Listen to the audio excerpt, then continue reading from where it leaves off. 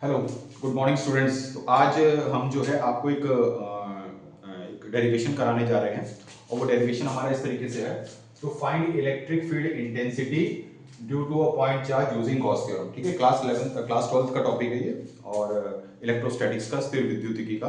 तो Gauss theorem की सहायता से, यानी कि गॉस थ्योरम की सहायता से किसी बिंदु आवेश यानी कि पॉइंट चार्ज की वजह से हमें विद्युत क्षेत्र की तीव्रता किसी बिंदु पर ज्ञात करनी है। पिछला भी एक वीडियो बनाया था कि पिछला डेरिवेशन भी यही था कि एक पॉइंट चार्ज की वजह से किसी बिंदु पर विद्युत क्षेत्र की तीव्रता या इलेक्ट्रिक फील्ड इंटेंसिटी पता करना। लेकिन वहां हम लोगों ने बेसिक कूलाम्स लॉ से और कुछ और तरीके से किया था, लेकिन एग्जाम पॉइंट ऑफ व्यू से ये आ सकता है कि गॉस थ्योरम की सहायता से इसको सिद्ध करें। तो हम लोग क्या करेंगे, गॉस थ्योरम क्या कहता है कि अगर आप सबसे पहले पॉइंट चार्ज बना लीजिए, मान के चलिए पॉइंट चार्ज है यहाँ पर, दैट इज क्यू। ठीक है, पॉइंट चार्ज हमने ले लिया क्यू। अच्छा, अब एक पॉइंट मान लेते हैं P, जहां पर हमें इसकी विद्युत क्षेत्र की तीव्रता पता करनी है, जो कि उससे कितनी दूरी पर है, r दूरी पर है।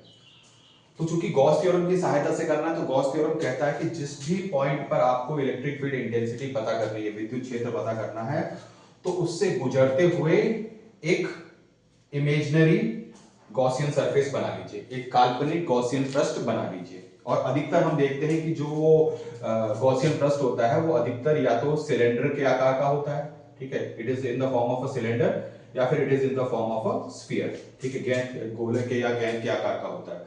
तो हम यहाँ पर गेंद के आकार का ले लेंगे। चलिए ठीक है, तो हम लोगों ने इस तरीके से इसको एक गेंद से इसको कवर कर लिया और ऐसा कुछ कवर किया कि ये जो पॉइंट है, ये जो आवेश है, ये जो चार्ज है, वो इसके सेंटर पर है।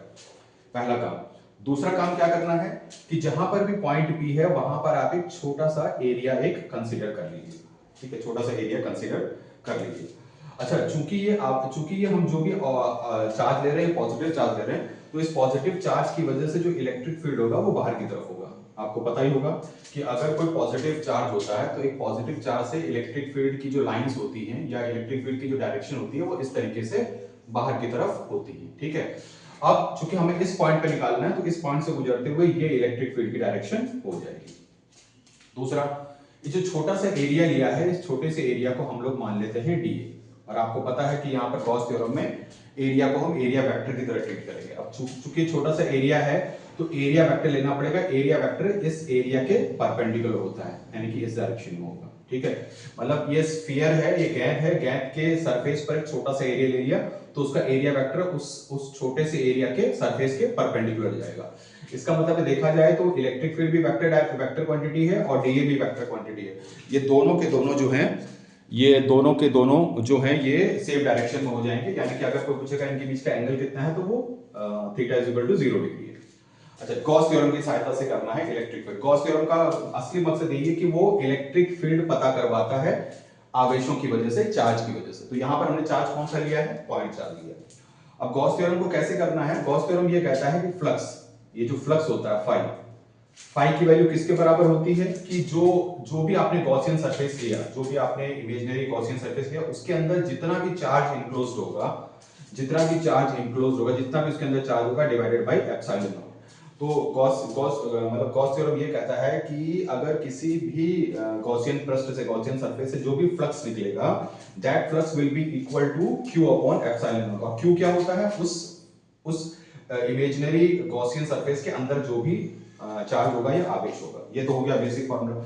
और चूंकि फ्लक्स का बेसिक फार्मूला एक और होता है, cyclic integral of E dot D. ठीक है, cyclic integral of E dot D, ये बेसिक फार्मूला है। यानी कि फ्लक्स का जो बेसिक फार्मूला है वो यही है, cyclic integral of E dot D है। लेकिन गॉस थ्योरम की सहायता से वो Q अपॉन एप्सिलॉन नॉट के बराबर भी होता है। चलिए यहां तक हो गया। फिर हम ये भी कह सकते हैं, इसका मतलब ये होगा कि Q अपॉन एप्सिलॉन नॉट, ठीक है, जो जो जो इस पॉजिटिव चार्ज की वजह से इस पॉइंट पे इलेक्ट्रिक फील्ड है उसको हम कांस्टेंट ले लेंगे।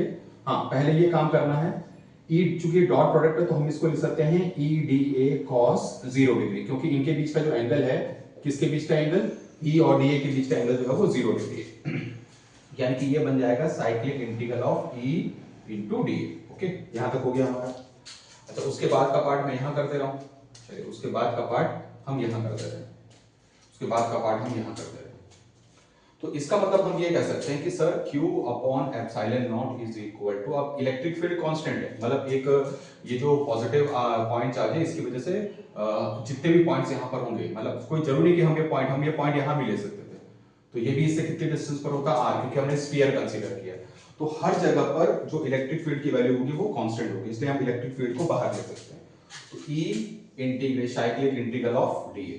अब ये बताइए, ये सरफेस पर एक स्फीयर है, एक गेंद है, गेंद के पृष्ठ पर एक छोटा सा एरिया लिया है dA। अगर हम इस dA को इंटीग्रेट करते हैं यानी कि समाकलन करते हैं, तो समझ लीजिए ये पूरे गेंद का, पूरे गोले का पृष्ठ क्षेत्रफल आ जाएगा, यानी कि इसका पूरा सरफेस एरिया हो जाएगा। और आपको पता है कि स्फीयर या गेंद का जो पूरा सरफेस एरिया होता है वो होता है that is equal to E into 4πr²। तो यहीं से डिराइव हो जाएगा। तो E की वैल्यू हो जाएगी ये 4πr², इसके नीचे आ जाएगा, तो ये हो जाएगा Q अपॉन 4πε0r²। तो इस तरीके से हमने ये फॉर्मूला इजीली जो है वो डिराइव कर दिया। इस तरीके से हमने ये फॉर्मूला इजीली डिराइव कर दिया। अब आप बिल्कुल समझ गए कि हमने क्या किया, हमने एक पॉइंट चार्ज की वजह से किसी पॉइंट पर इलेक्ट्रिक फील्ड की इंटेंसिटी यानी कि वैल्यू कितनी है उसको पता किया यूजिंग गॉस थ्योरम। पिछले वीडियो में हम लोगों ने क्या किया था, पिछले वीडियो में हम लोगों ने ये किया था कि यही सेम डेरिवेशन किया था, लेकिन उसको फोर्स के कांसेप्ट से और कूलम्ब्स लॉ के कांसेप्ट से किया था। लेकिन एग्जाम पॉइंट ऑफ व्यू से आपको ये पता होना चाहिए कि कैसे गॉस थ्योरम को इस्तेमाल कर सकते हैं। गॉस थ्योरम का असली मकसद है कि इलेक्ट्रिक फील्ड यानी कि विद्युत क्षेत्र पता करना किसी आवेश की वजह से, और यहाँ पर पॉइंट चार्ज है। तो हमने क्या किया, एक पॉइंट P ले लिया, पॉइंट P से गुजरते हुए एक इमेजिनरी सरफेस ले लिया जिसको हम गॉसियन सरफेस कहते हैं, गॉसियन पृष्ठ कहते हैं। उस पर एक छोटा सा एरिया ले लिया, एरिया वेक्टर और इलेक्ट्रिक फील्ड इससे इस डायरेक्शन में होगी और एरिया दोनों सेम डायरेक्शन में हो जाएंगे, theta is equal to 0 degree. फिर बेसिक फार्मूला क्या है, बेसिक फार्मूला ये है कि phi is equal to Q upon epsilon naught, यानी कि किसी भी सरफेस से यदि कोई फ्लक्स निकल रहा है तो उस फ्लक्स की वैल्यू क्या होती है, उसके अंदर कितना चार्ज होगा, और चार्ज को एप्सिलॉन नॉट से डिवाइड कर दीजिए। और ये फ्लक्स का बेसिक फार्मूला है E डॉट dA। ठीक है, साइक्लिक छोटे से एरिया को इलेक्ट्रिक फील्ड के रेस्पेक्ट में डॉट प्रोडक्ट से इंटीग्रेट कर देते हैं तो टोटल फ्लक्स निकल जाता है। फिर इसमें हमने थोड़ा सा दिमाग लगाया, E dA cos 0 डिग्री। ठीक है, तो E और D के बीच में एंगल 0 डिग्री, तो E dA। ठीक है, E चूंकि कांस्टेंट है, फिर dA लिया, ये छोटे से एरिया को इंटीग्रेट करेंगे तो ये पूरा एक स्फीयर है, ध्यान दीजिएगा पूरा एक स्फीयर है, तो स्फीयर का ये टोटल सरफेस एरिया आ जाएगा। तो स्फीयर का टोटल सरफेस एरिया 4πr², तो उससे हमने ये फॉर्मूला डिराइव किया। तो कितना आसान है गॉस थ्योरम के साथ। तो Gauss theorem is a very beautiful theorem, और इसका मेन मकसद क्या है कि इलेक्ट्रिक फील्ड इंटेंसिटी पता करना ड्यू टू चार्जेस। तो बेस्ट तरीका है गॉस थ्योरम को इस्तेमाल करने का। ठीक है, तो इसी तरह वीडियो को देखने के लिए आप चैनल को लाइक, शेयर और सब्सक्राइब जरूर कर दीजिएगा। Thank you very much. अगले वीडियो में फिर हम मिलेंगे कोई छोटा सा इंपॉर्टेंट टॉपिक लेके जो आपके लिए बहुत ही इंपॉर्टेंट और डिटेल्ड वीडियोस फिर आपको आगे बाद में मिलेंगे। Thank you very much.